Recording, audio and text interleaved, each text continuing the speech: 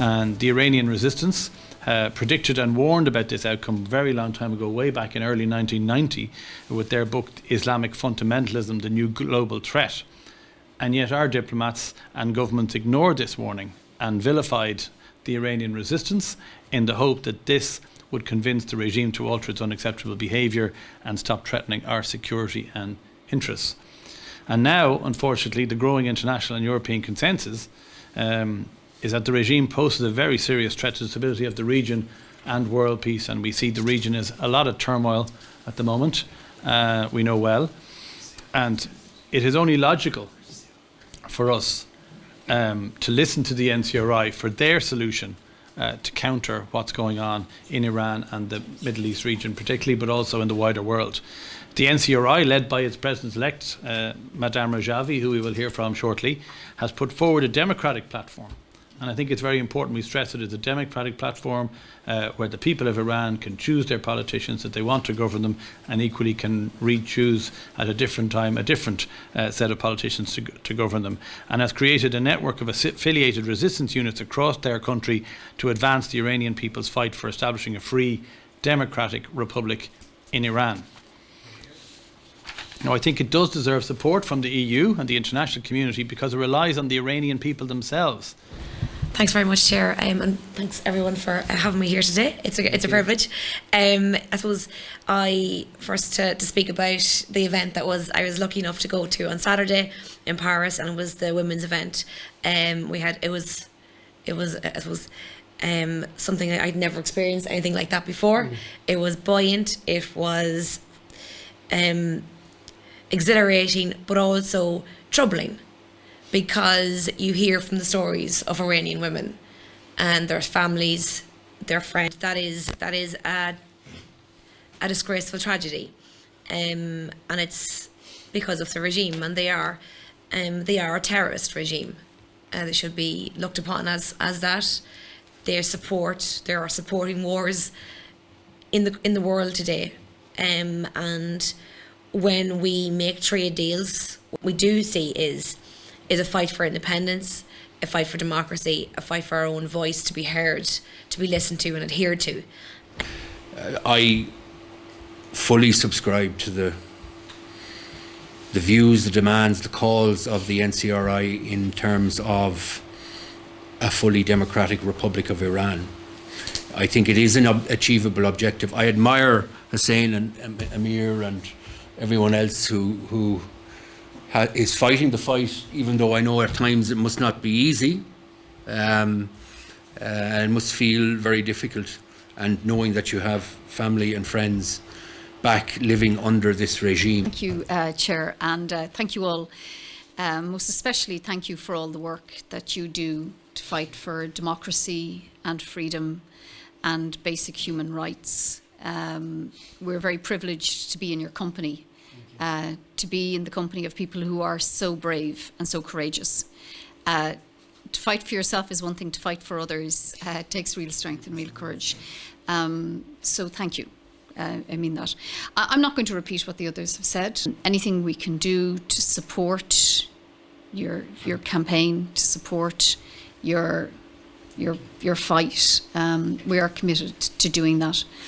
I'm glad to hear that our leader, Micheál Martin, in the office of the Minister of Foreign Affairs, is making a greater impact. But during the course of the opening conversation, we asked about our Irish citizen, and the lead from Iran sat there and he looked at us and he said, "What Irish citizen?" He says, "I don't know what you're talking about."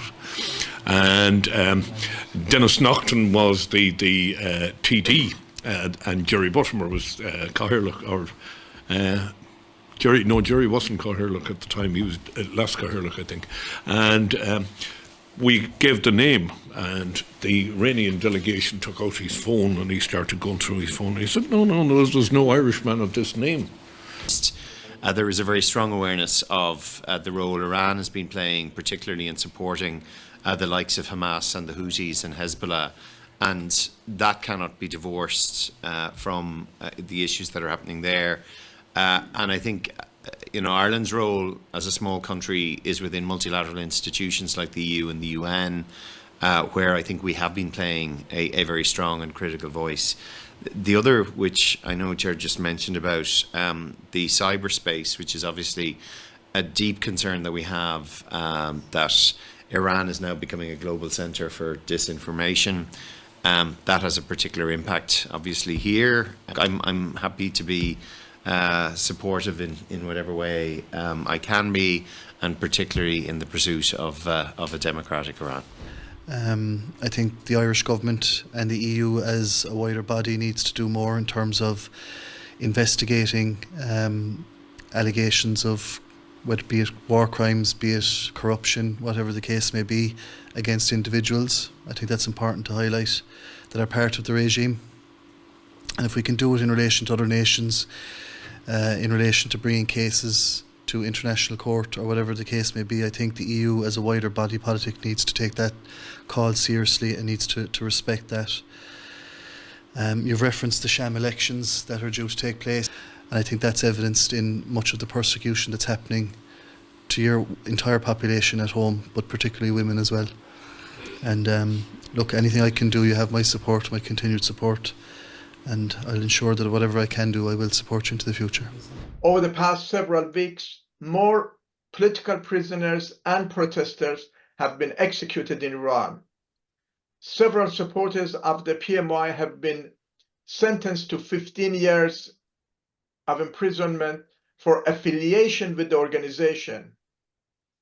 The regime is doing everything in its power to prevent the next uprising, which is really inevitable given the situation, the explosive situation in Iran.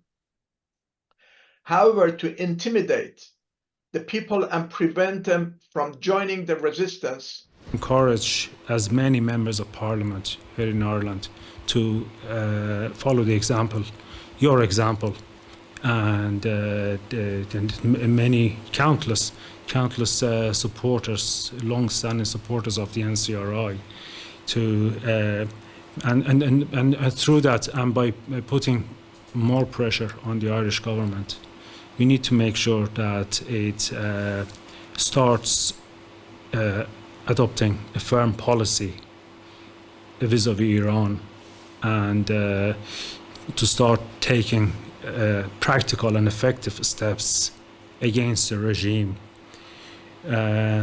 including but not limited to proscribing and sanctioning the IRGC, and also holding the regime's officials accountable. I'm here speaking on behalf of many of my colleagues who were assassinated by the mullah's regime. I myself, was the target of an assassination attempt, who just very, narrowly escaped death because I was shot in the chest and in the abdomen, and I was half of more than 300 of my colleagues who unfortunately were killed in the hands of the mullah's regime. This is in addition to tens of thousands of executions inside Iran from the main Iranian opposition, the NCRI and the PMI. The largest death penalty country in the world. Yeah. Yeah, exactly. It's the biggest. We know that always, religious fascism. This is what is in Iran. Is the worst sort of fascism, and they are committing all these crimes in the name of God. But this is the most ungodly regime itself. So we have heard, about the main concerns: the appalling human rights situation, the terrorism of the regime, their meddling in the affairs of the Middle East countries, and also their efforts to acquire a nuclear weapon. So this is to, of course, to keep themselves in power.